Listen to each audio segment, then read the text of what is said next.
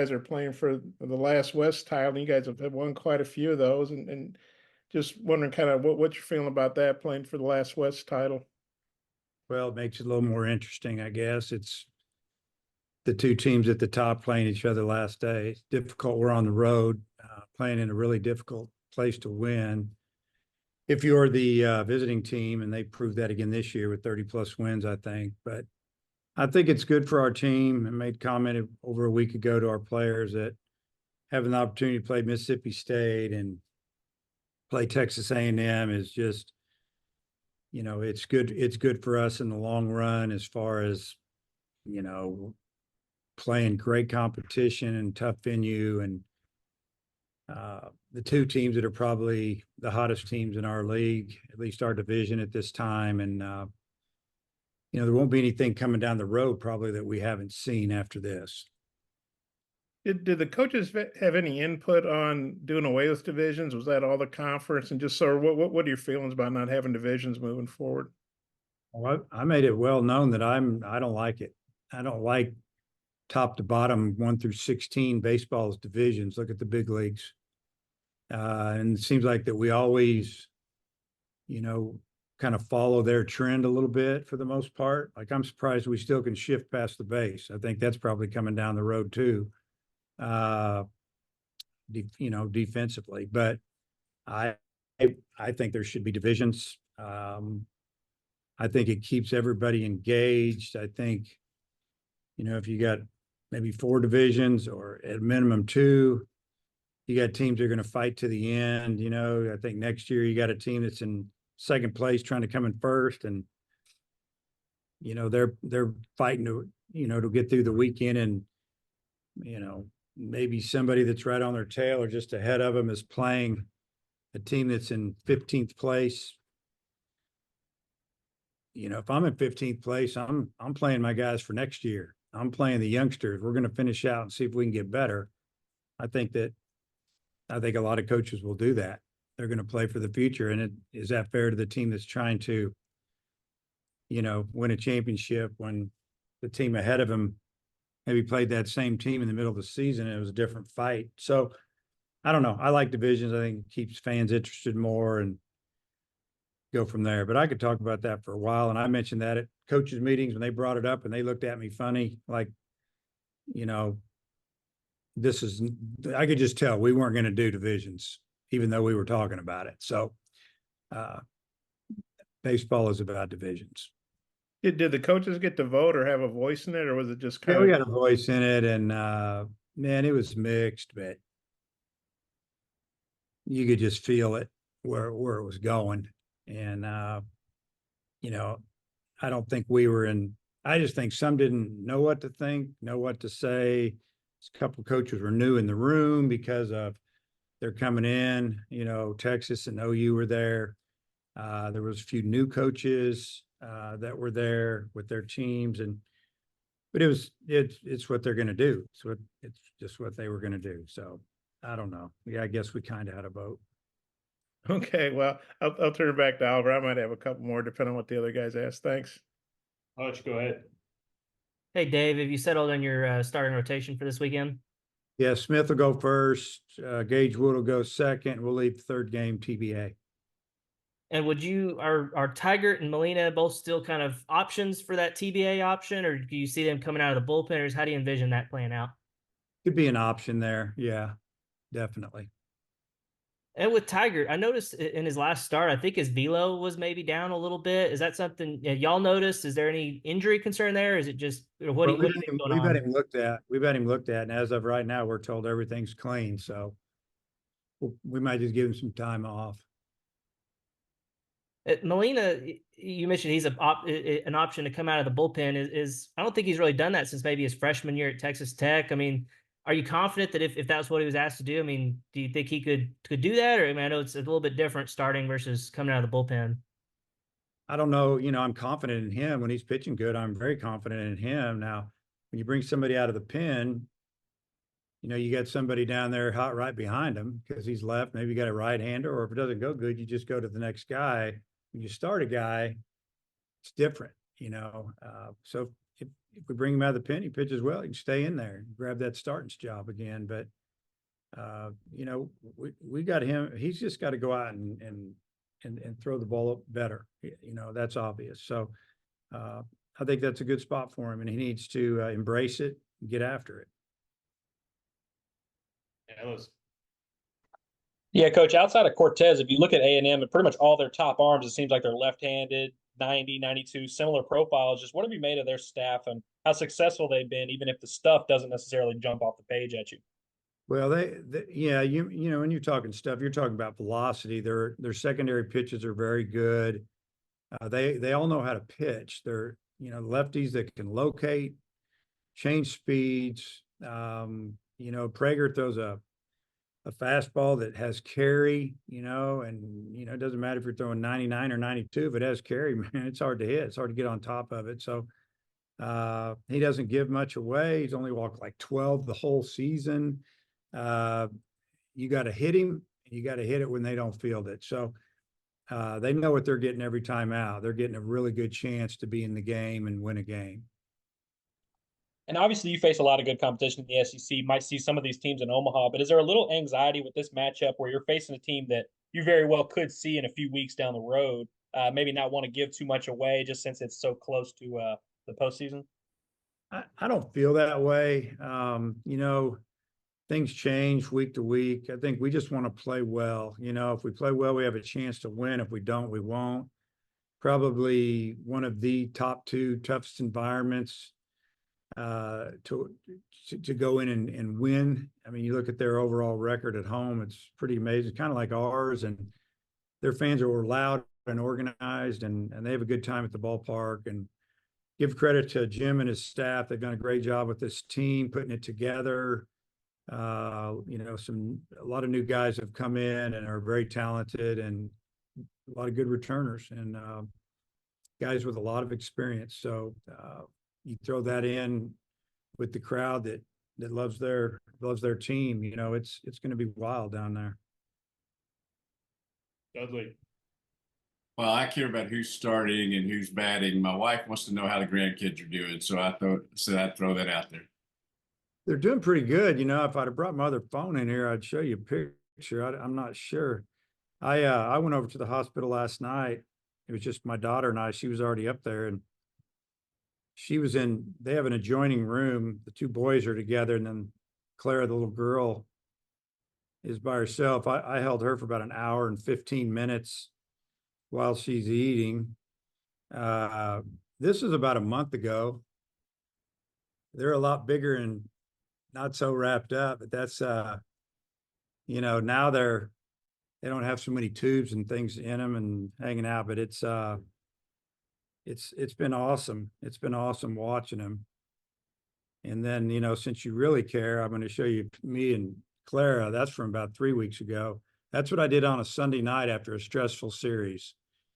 And that was about a 2-hour hold. My arm went numb, to be honest with you, but it was worth it. So Hey, I got some pictures just like that. So also the Peyton Holt at the top of the lineup seems to be you know, an energy burst. Talk about that a little bit. Yeah, I like him up there. You know, we've been trying to figure out a way to get Stovall down in the order, whether it's 2 or 3, driving some runs. We just needed somebody to, you know, to be on base. So 9-hole guy, 1-hole guy, 2-hole. And it looks like Holt is going to be fine there. He might not be your typical leadoff guy that's going to sit up there and wait till he gets the perfect pitch to hit, and it may be 3 pitches in or 5. You know, if he gets something he likes, he's going to take a swing at it, and I'm good with that. But you know, he's been very patient with us. You know, didn't get off to a great start. Moving him around. I mean, he just was a great teammate. When he got his shot, he didn't give it up. And, you know, we wouldn't be where we were or where we are without him. And, you know, obviously we need him big time going forward. He's very valuable. Appreciate it. Yep. Daniel. Hi, Coach. Hagan's close to the school record for strikeouts. Just how have you made of the way that he's dealt with the pressure all year? I wouldn't even know that he was under any pressure the way he acts. I mean, he's a professional. He uses this facility better than anyone. I mean, he's just doing his work.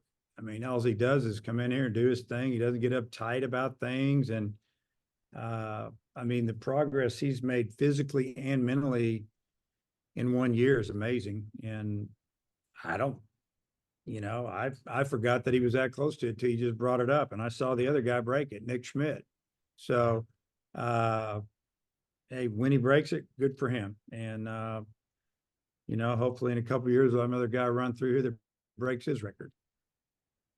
And then have you seen the weather at all for Thursday and how that might impact the series? Yeah.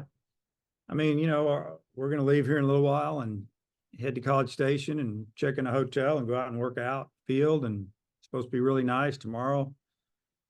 A lot of chance of rain early, and then more breaks up, and then maybe some more coming in. Obviously we're not going to play the game, start the game. They don't want to start the game with, with Prager going either. We're only going to play an inning and then play 2 tomorrow or the next day, whatever. So yeah, I mean, it was the same last 2 weeks ago at Kentucky. Seems like it was that way at South Carolina. We'll just go do what they tell us to do, but we'll be smart about it. And the weather looks pretty good on Saturday, or Friday. It looks really good on Saturday. And the way the rule reads, the new rules, we could play on Sunday if we need to now. And then last one, the top 3 in their lineup, a lot of power. I think as much as you guys have as a team, just how do you deal with, 3 guys with that much power at the top? Yeah, those guys are incredible. Montgomery, obviously he was a transfer from Stanford. We really tried to get him. We wanted him.